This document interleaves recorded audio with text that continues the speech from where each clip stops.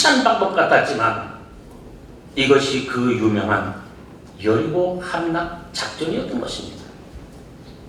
지구상에서 가장 낮은 곳에 위치해 있으면서 1만 년 이상 되었을 것으로 추정되는 지구상에서 가장 오래된 성읍이요, 역사상 가장 오래된 여리고성은 그렇게 무너져 내렸던 것입니다. 여리고성의 함락 작전이 성경 속에만 존재한 작전으로 남는다면 성경은 우리와는 상관없는 책이 되어져 버리고 말 것입니다. 저는 35년 전 1989년 3월 26일 날 상계동에서 교회를 개척했습니다. 교회를 세워가면서 잊을 수 없는 여리고 작전이 3번이 있었습니다. 오늘 이만교회 운동본부에서 우리 배만성 목사님께서 제게 설교 부탁을 하셨습니다. 저는 거기 갈 그릇이 아닙니다. 몇 번을 사양을 했는데도 이 말씀을 하셔서 제가 순종하는 마음으로 오늘 섰지만 어떤 말씀을 전해야 할지 사실 감감했습니다. 그러다가 어차피 여기 개척교회 목사님들이라 제 개척교회 경험을 들려주는 것이 좋겠다. 그래서 생각해서 여리고 작전이라는 제목을 가지고 여기 나서게 된 것입니다. 제가 지금 말씀드리려고 하는 것은 제가 겪었던 실제적인 경험을 말씀드리려고 하는 것입니다. 상계동이 개발되던 1988년 저는 교회를 개척하기 위해서 상계동에 있는 저 11단지죠. 상계동 맨 끝에 쪽에 있는 11단지 상가 4층을 매매 계약을 했습니다. 전세 계약을 하려고 했지만은 그 목욕탕 상가인데 그 분양하는 팀에서 전세는 안 준다. 매매해서 살려면 사라. 그 당시에 2억이었습니다. 아마 지금 따지면 10억도 넘는 그런 상가였을 것입니다. 돈도 없었습니다. 당시 이 건물은 2층까지 짓는 중이었고 저는 당시 화곡동에 살고 있었습니다. 10월 달에 계약을 해놓고 이 건물은 3월 달에 준공이 된다는 것입니다. 저는 추운 겨울이었지만 한잠을 자고 깨어나면 봉고차에 시동을 걸었습니다. 그리고 화곡동에서 상계동까지 무조건 악셀을 밟았습니다. 그것이 새벽 2시간, 3시간, 4시간 상관하지 않았습니다. 짓고 있는 건물, 막 기둥이 그 아시바라 그러던가 일본말로 막 그것이 세워진 건물을 비집고 제가 우리 교회가 4층으로 들었으니까 4층까지 비집고 올라갔습니다. 누가 봤으면 그 물건 훔치러 온 사람으로밖에 보이지 않았을 것입니다. 그렇게 비집고 올라가서 그곳에서 저는 나름대로 목청을 높여서 찬송을 부르고 소리를 질러가며 막 저쪽에서 이쪽으로 왔다 갔다 하면서 기도를 했습니다. 그리고 밖으로 나와서는 그 짓는 건물 주위를 빙빙빙빙 7바퀴를 돌면서 땅바닥에 발로 십자가를 긋고 제 나름대로 여리고 작전이라고 명을 했습니다. 그 당시에는 제가 개척을 앞두고 있을 그 당시에는 참으로 신기하게 꿈만 꾸면 제가 세우려고 하는 교회터에서 생수가 터져나오는 꿈을 꾸는 겁니다. 어떤 날에는 막 연이어서 오늘 내일 연이어 막 물이 막 터져나오고 어떤 때는 폭포수 설악산에 가면 막 구곡폭포 있는 것처럼 폭포수 물이 맑은 물이 흐르는데 밑에서 아이들이 막 목욕을 하는 이런 장면들, 아니면 태평양 같은 바다, 그런 바다를 보여주고 저는 그 위를 배트맨처럼 날아다니면서 그 바다를 만끽하는 이런 꿈들, 그런 물꿈을 계속 보여주더라고요. 1989년 겨울이 지나고 봄이 되는 3월 26일 날, 그날은 부활주일이었습니다. 우리 가족과 몇몇 우리 아는 지인들 해서 10명 정도가 다 낡은 밤새 카페트 한 장을 깔아놓고 강대상도 없어서 조그만 보면대 하나 놓고 피아노도 없고 아무것도 없는 상태에서 개청 예배를 그곳에서 드렸습니다. 10명 중이 첫 예배였습니다. 두 번째 주입니다. 놀라운데도 45명이 온 겁니다. 세 번째 주 78명이 온 것입니다. 그리고 네 번째 주 한 달이 되었을 때 이미 100명을 넘어서고 말았습니다. 깜짝 놀랐습니다. 이럴 수 있을까? 저 스스로도 놀라 자빠졌습니다. 교회는 승승장구하며 성장했지만 우리 예배 초소는 비좁기 그지없었습니다. 그때 같이 사역했던 우리 교회 첫 부교육자가 이문진 목사님입니다. 제가 지금 말씀드린 걸 그대로 같이 경험했던 이야기를 제가 지금 하는 것입니다. 4층에는 복도를 사이에 놓고 방이 3개가 있었습니다. 이쪽에 하나, 이쪽에 2개. 근데 2개를 터서 이쪽은 50평 정도 예배를 드렸고, 복도가 있고 이쪽 건물은 문을 아예 잠궈놓고 회사에서 열어주지 않았습니다. 왜냐하면 잔금을 치르지 않았으니까. 2억짜리를 해놓고 돈 한 500만 원 내고 예배 드리니까 열어주겠습니까? 그래서 복도에서 새벽 예배를 드리고 할 때가 수도 없이 많았습니다. 근데 막 교회는 미어 터집니다. 막. 어떤 때는 막 그 옛날 석유난로를 놨는데 사람이 쭈그리고 앉아가지고 다 찌그러져 버리고 만 때도 있었습니다. 복도마다 의자를 놓고 사람들이 앉아야 하는 그런 상황이 벌어졌던 것이죠. 개척하고 한 10개월쯤 됐죠. 그해 한 연말쯤 되었던 것 같습니다. 우리는 그때부터 예배를 마치면 복도 쪽, 예배 드리고 복도 쪽에 벽에 전부 개미처럼 달라붙었습니다. 말하자면 이스라엘에 가면 통곡의 벽에 사람들이 이렇게 벽을 붙어서 기도하듯이 우리 예배 마치면 수요 예배든 주일 예배든 새벽 예배든 마치면 전부 벽에 달라붙어서 기도하기 시작했습니다. 뭐라고 기도했냐? 하나님, 이 여리고성을 무너뜨려 주시옵소서. 이게 우리의 기도 제목이었습니다. 모든 집사님들, 그 집사님들 중에 지금도 저와 같이 있는 집사님들이 몇몇 있습니다. 여리고성을 무너뜨려 주시옵소서. 여리고성을 무너뜨려 주시옵소서. 사실은 잔금을 치르자는 얘기죠. 그게 잔금을 치르면 간단한 건데. 그러던 어느 날입니다. 새벽 기도를 마치고 전 집에 가면 아침잠이 많아서 잠깐 눈을 붙여야 합니다. 눈을 붙이는데 전화가 오는 거예요. 그때 이문진 목사님이 전화를 했는지 내가 지금 그 기억이 잘 안 나요. 전화가 왔어요. 갑자기. 목사님 큰일 났습니다.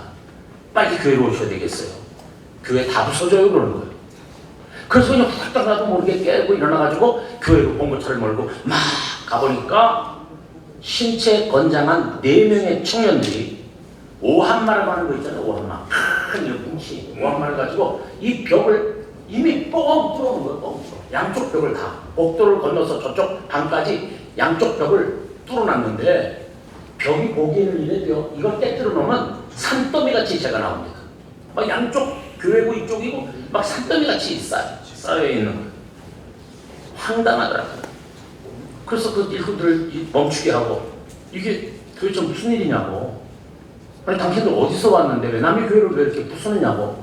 그걸 막 따져 묻고 싸울 듯이 했더니 그 청년들이 이제 자초지종을 얘기해 주는데 자신들은 벽제 쪽에 있는 그곳의 현장을 두고 있는 건물 철거 회사 직원들이라는 거예요. 근데 자기네들 사장님이 가서 이 교회 벽을 부수라고 명을 해서 아침에 이쪽에 와서 벽을 부숴놓으라고 얘기를 하는 거예요. 그래서 사장님이 누구냐 했더니 제가 지금도 그 이름을 잊지 못합니다. 한충현 집사라고 하는 분인데 우리 교회 새벽 기도를 나오는 충현교회 집사님입니다. 그분의 부인은 권사님인데 이 뇌출혈로 누워 계시고 남편이 늘 그 아내 때문에 기도를 하시던 집사님인데 그분이 우리 교회 새벽 예배마다 출석을 하는데 새벽기도 마치면은 교인들이 벽에 붙어서 이 여리고성을 무너뜨려 주시옵소서, 이 벽을 무너뜨려 주시옵소서 하고 기도를 하니까 이분은 그것이 정말 신기했던 거예요. 그래서 이 벽을 무너뜨리지 못하는가 보다 생각하고 철거회사 사장이니까 감동을 받아서 일꾼들을 보낸 것입니다. 벽은 허물어졌지만 회사의 소장이 이제 등장을 했어요. 아주 우락부락하게 생긴 소장인데 소식을 듣고 달려오더니 막 싸울 듯이 막 그냥 사태질을 하면서 저에게 대드는 것입니다. 잔금도 안 치르고 벽을 허물었으니 검찰에 고발을 하겠다는 것입니다. 사정도 해보고 싸우기도 하고 했는데 나중에 알고 보니까 이 소장님의 어머니가 권사님이라는 겁니다. 그래서 그걸 붙잡고 들어줬습니다. 자초지종을 설명했습니다. 결국 이미 벽이 부서졌기 때문에 소장도 손을 들고 말았습니다. 이렇게 강제로 벽이 허물어지고 개척 1주년 예배 때는 100여 평의 예배당에서 감격의 예배를 드리고 제가 예배 드리다 중간에 한 2, 3분은 울었습니다. 너무 신기하고 그래서 막 성도들이 꽉 찼는데 눈물이 갑자기 나더라고요. 그래서 설교하다가 말고 울었죠. 그때 제목이 여리고 작전이었습니다. 이것이 기적 같은 두 번째 개척하면서 느꼈던 두 번째 여리고 작전입니다. 개척 후의 교회는 순풍에 돛단 듯이 성장을 했습니다. 이제 교회의 기도 제목은 교회 건축입니다. 성전을 건축하자. 이게 이제 목표입니다. 저쪽 조그만 쪽지를 라미네이트를 해가지고 성도들이 쫙 나눠주고 성경 펼치면은 거기에 우리 기도 제목을 썼는데 제일 먼저 성전 건축. 10년이 되는 해에 성전 건축을 하게 해달라. 써놓고 기도들을 했습니다. 그런데 그때 저는 하여튼 봉고 기름을 넣고 안 가본 데가 없습니다. 땅을 사기 위해서. 막 그 근처도 다 가봤지만 일산의 장암동도 가보고 분당도 가보고 막 저 동두천 쪽에 그쪽 뭐 송리도 가보고 사방 가봤지만 문제는 돈이 없었습니다. 그래서 낙심하고 있었는데 마침 9년째 되는 8월 4일 날 우리 집사람이 우리 기독신문을 보다가 이미 2주가 지나간 신문인데 밑에 약간 조그맣게 나갔는데 종교부지 매매라고 하는 걸 우리 집사람이 발견한 거예요. 우리 집사람은 아무것도 목회에 도움이 되는 게 없는데 그렇게 결정적일 때 저에게 소스를 주는 그거가 있습니다. 근데 그걸 딱 주는 거예요. 이거 좀 뭔지 한번 보세요. 그런데 보니까 종교부지 매매라고 나옵니다. 근데 보니까 노원구 공릉동 종교부지 매매라고 나옵니다. 눈이 번쩍했습니다. 저는 그런 거 보고 전화하는 타입이 아닌데 그 순간 제가 전화를 걸었어요. 그리고 대리하는 어느 목사님을 통해서 그 땅을 내가 사게 해주면 내가 쏟아서 사주겠다. 이렇게 그냥 배짱으로 내질러 버렸더니 그 땅이 계약이 됐습니다. 2주 만에. 그게 지금 우리 교회가 세워져 있는 바로 그 교회 땅입니다. 그게 우리가 기도한 대로 9년 말쯤 되었을 때 이 땅을 매입하게 된 것입니다. 그래서 종교 부지를 구입을 하게 됐죠. 그러나 계약을 했을 뿐 건축과 건축 그 잔금을 치르는 것과 건축 자금은 택도 없었습니다. 종교 부지를 구입했다는 소식이 교인들에게 전해졌습니다. 기뻐하기보다는 건축 헌금에 대한 부담 때문에 한두 달 지나니까 눈에 띄게 교인들이 떠나기 시작했습니다. 막 성가대가 막 머리가 빠지는 것처럼 쑥쑥 빠져나가 막 나가는 것입니다. 교회가 막 3분의 1 비는 거예요. 그 당시 IMF 때 뒤였기 때문에 제2금융권, 산하금융을 썼는데 이자율은 12%에 달했습니다. 이런저런 스트레스에 시달리던 저는 11월 추수감사쯤에 갑자기 새벽기도를 가다가 화장실에 쓰러지고 말았습니다.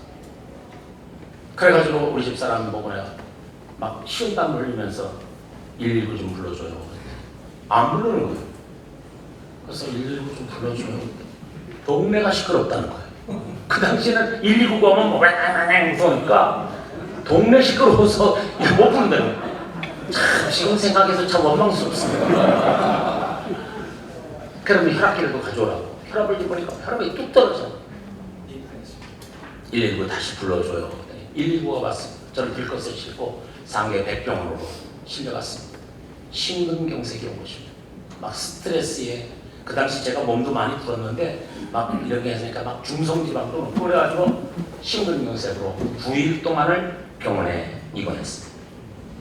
그때 심근경색으로 수술하고 나니까 이제 모든 의욕이 다 떨어졌습니다. 아 이제 끝났구나. 내 인생이 이렇게 끝나는가 보다 생각해서 그 창밖을 바라보면서 얼마나 눈물을 많이 흘렸는지 모르겠어요. 정말 눈물 흘렸어요. 제가 3년 전에 신장 이식 수술을 했습니다. 내 동생의 신장을 받으면서 아산병원에서 역시 그때도 한강을 바라보며 새벽 3시에 잠깨 일어나서 내다보면 그때도 눈물을 많이 흘렸습니다만 처음에 심근경색을 할 때가 그렇게 눈물을 흘렸던 것 같습니다.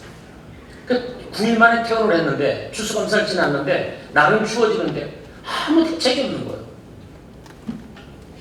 그래서 우리 집사람에게 물었습니다. 여보, 내가 만약에 여기 지금 교회를 내놓고 공릉동에 가서 내가 다시 개척을 한다면 당신 나 따라올 수 있어? 그러니까 우리 집사람은 그런 거에 대해서 스트레스가 없어요. 따라가죠. 아주 아무 생각도 없이 따라올 줄 아는 거예요. 근데 그게 위로가 되더라고요. 아, 한 사람은 있구나. 교인 한 명은 있네. 그래서 제가 그때 과감하게 결단하고 공릉동 시대를 열기로 마음작정했어요. 그래서 그때 우리 교회 47인승 대형버스가 있었는데 어느 날 광고를 해가지고 밤 9시에 교인들을 전부 태웠습니다. 그래가지고 차를 몰고 그 공릉동 우리 교회 부지에 내려놨습니다. 그곳에서 교회 부지를 한 바퀴를 일렬로 서서 한 바퀴를 빙 돌았습니다. 그리고 부지 앞에 무릎 꿇고 참 기도를 합니다. 여기에 교회가 세워지게 하옵소서. 엿새 동안을 똑같이 그랬습니다. 밤 9시. 그리고 7번째 날 한방눈이 펑펑 쏟아지던 성탄절을 한 닷새쯤 앞둔 7째 날이었는데 성경처럼 그 터를 7바퀴를 돌았습니다. 그리고 땅바닥에 무릎을 꿇고 앉아서 우리는 소리질러 하나님 앞에 기도하며 교회를 세워달라고 기도하고 끝난 다음에 공릉국수에 가서 국수 한 그릇을 한번 사주고 끝났습니다. 그리고 불가능해 보였던 교회 건축은 시작되었고 지금은 우리 교회가 주변에 7,000평을 공짜로 쓰고 있습니다. 우리 교회 부지는 1,000평인데 우리 교회에 와보신 분들은 아시겠지만 동산 그 숲을 포함해서 경춘선 그 철도가 다 스톱이 되고 하면서 다 우리 교회 땅이 돼가지고 지금은 우리가 7,000평을 쓰는 교회로 되어 있을 뿐만 아니라 저희들이 한 5년 전쯤에 종합 감정을 받아봤습니다. 우리가 가지고 있는 땅값, 기도원값 뭐 이런 거 정도 해보니까 약 320억쯤 그 당시에 나오다.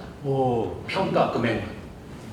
그러니까 그때만 해도 한 30, 개청한 지 30년쯤 되니까 산술로 계산하면 1년에 10억씩 번 꼴이 된 것입니다. 하나님이 하신 일이었습니다. 저는 이 마지막 성전 건축하기 전에 그 기도했던 그것을 제 3번째 여리고 작전이라고 지금도 부르고 있습니다. 우리 이문진 목사님은 첫 번째 하고 두 번째 여리고 작전에 함께 했던 하나님의 종입니다. 믿음의 관성 법칙은 과거뿐만 아니라 지금도 믿음의 위력을 발휘하는 하나님의 사람들을 통해서 지금도 나타나고 있다는 것입니다.